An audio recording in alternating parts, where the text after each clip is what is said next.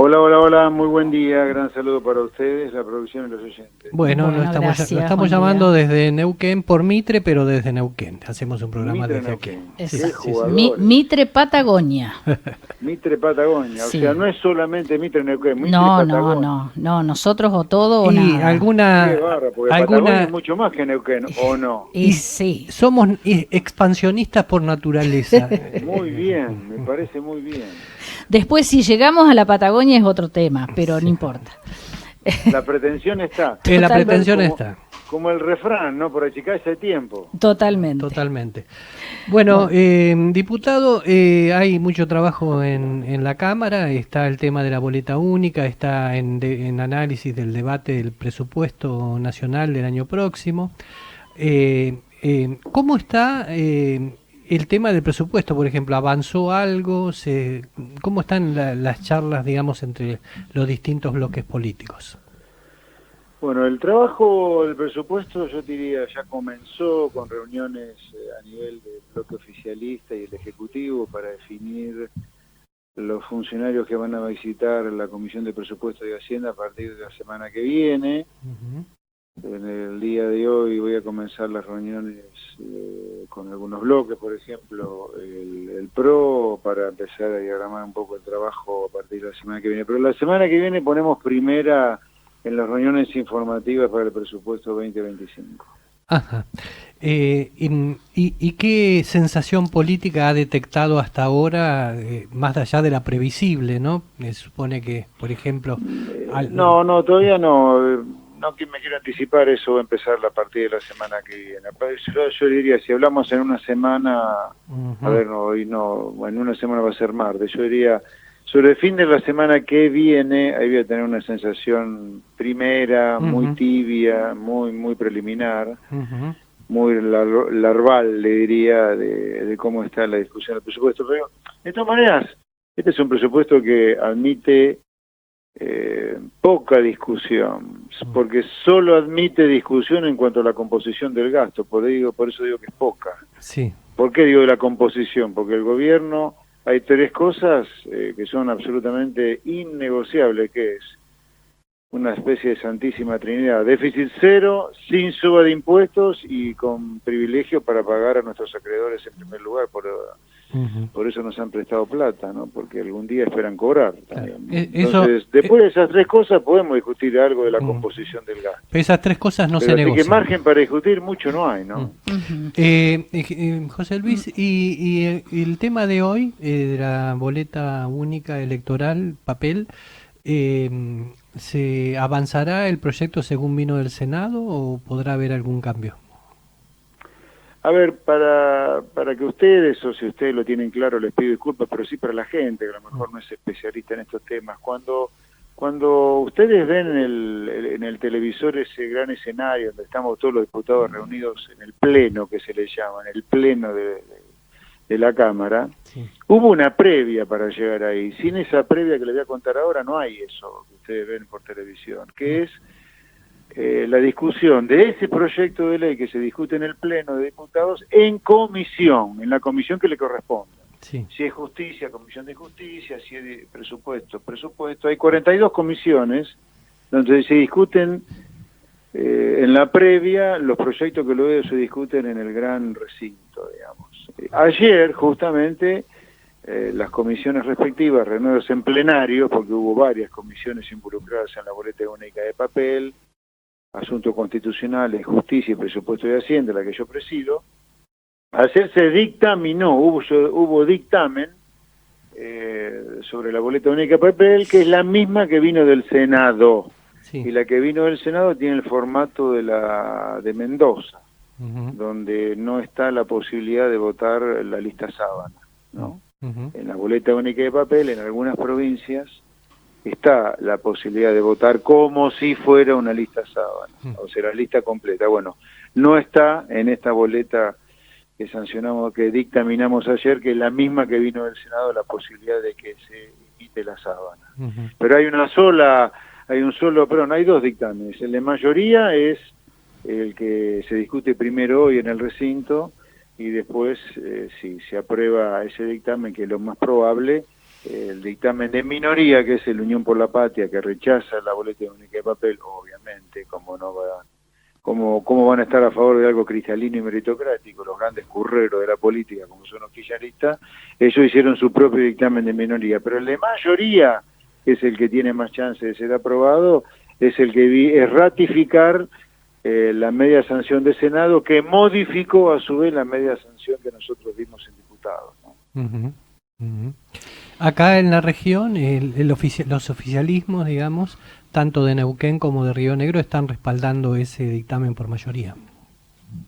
Bueno, eso significa, para que la gente también lo tenga claro, que si adhieren las provincias de la Patagonia o las provincias que adhieran a la boleta única de papel nacional, significa que van a poder votar los cargos provinciales y municipales con la boleta única de papel. En aquellas provincias donde no se adecúe su sistema electoral a la boleta única de papel nacional, se seguirá votando con la lista sábana, porque este es un país federal. La provincia puede decidir no adherir a la boleta única de papel que probablemente se sancione hoy en el Congreso. Por eso es importante que se entienda que el Congreso Nacional tiene competencia nacional, o sea que la boleta única de papel que se sancione hoy va a ser solo, pensando en la elección del año que viene, en los cargos, por ejemplo, nacionales. Hay muchas provincias donde se renuevan diputados. Sí, claro. Por ejemplo, la provincia de Buenos Aires el año que viene renueva diputados, no renueva senadores, que se renovó el año pasado. Para que los cargos de legislador provincial o miembro de los consejos deliberantes de los 135 municipios de la provincia se puedan hacer con boleta única, la legislatura de la provincia de Buenos Aires tiene que adherir a la sanción que se dé hoy. Diputado, volviendo un cachito al tema del presupuesto, tengo siempre una gran incógnita. El déficit cero creo que todos lo queremos y estamos seguros que hay que lograrlo y sostenerlo. Ahora la pregunta es, ¿vale todo para llegar a ese déficit cero? Es decir, ¿valen los vetos que se han hecho, se van a hacer? Sí, absolutamente, porque lo que se está vetando no es algo que viola el déficit cero solamente, sino que es algo de mal gusto o es populismo legislativo, por ejemplo. En el caso de universidades, ¿no? A ver, las universidades por ley tienen financiamiento del Estado y el aporte del Estado a las universidades se define en el presupuesto.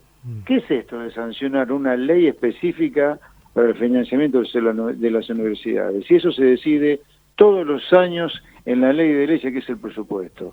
Eso va a ser vetado, porque además de ser populismo legislativo, porque no hay ninguna necesidad de una ley específica para el financiamiento de universidades, porque ya hay una ley de educación superior, o sea, una ley para las universidades que es del año 95, el presupuesto ya fija, de acuerdo con los rectores de todas las universidades nacionales, ya fija el presupuesto de ingresos o de recursos que la nación le transfiere a las provincias para que las provincias financien sus universidades nacionales.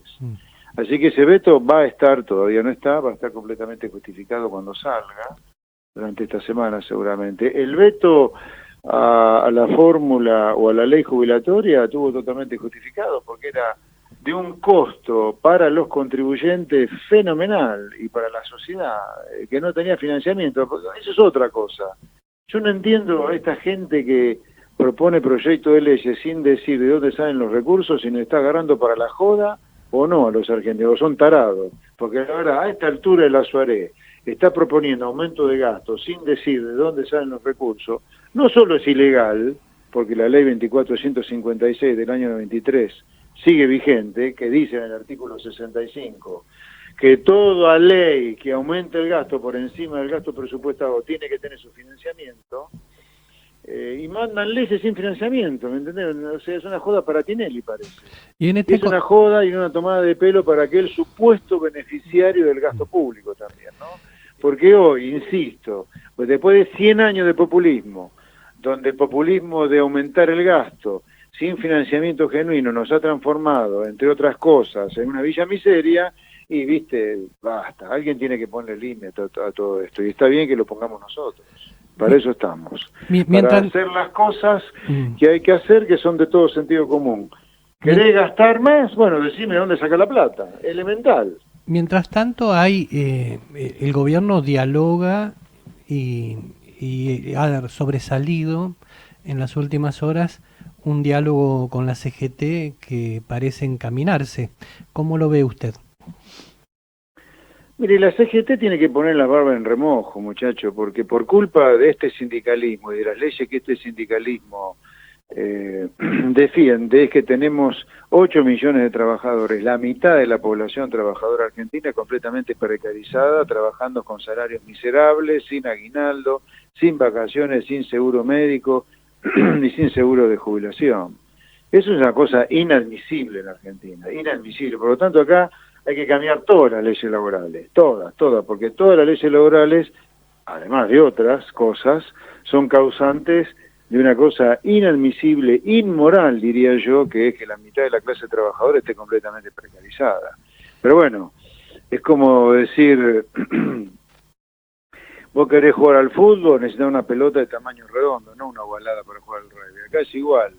Querés trabajadores no precarizados, no miserables, y hay que cambiar elemental las leyes laborales, ¿no? De las cuales dependen los trabajadores. Así que la reforma laboral ya empezó con la ley bases, terminando con las multas, para que era una espada de Damocles para las pymes, creando un fondo de cese, aumentando el periodo de prueba, pero se va a continuar reduciendo costos laborales, descentralizando la negociación colectiva, democratizando los sindicatos, poniendo límites a la duración de los mandatos de los secretarios generales. En fin, esto va a continuar porque lo que no va a parar es una Argentina que va rumbo al sentido común y va rumbo a la prosperidad, que es la que fija en los países donde la gente vive bien. Y eso es lo que queremos hacer en el gobierno del presidente Milei y todo lo que los acompañamos, que en Argentina ocurran las cosas que ocurren en los países donde la gente vive bien. Y donde la gente vive bien no hay trabajadores precarizados. Ahora, donde no hay trabajadores precarizados, las leyes laborales están pensadas para la gente, no para sindigarcas como acá. ¿Se negoció con la CGT el tema del bloqueo a las empresas, que era uno de los más polémicos? La verdad que no lo sé. El bloqueo de las empresas está vigente de la ley base y no fue reglamentado porque está clarito que el bloqueo de empresas es causal de despido, sea en la calle, en la puerta de la empresa, donde sea.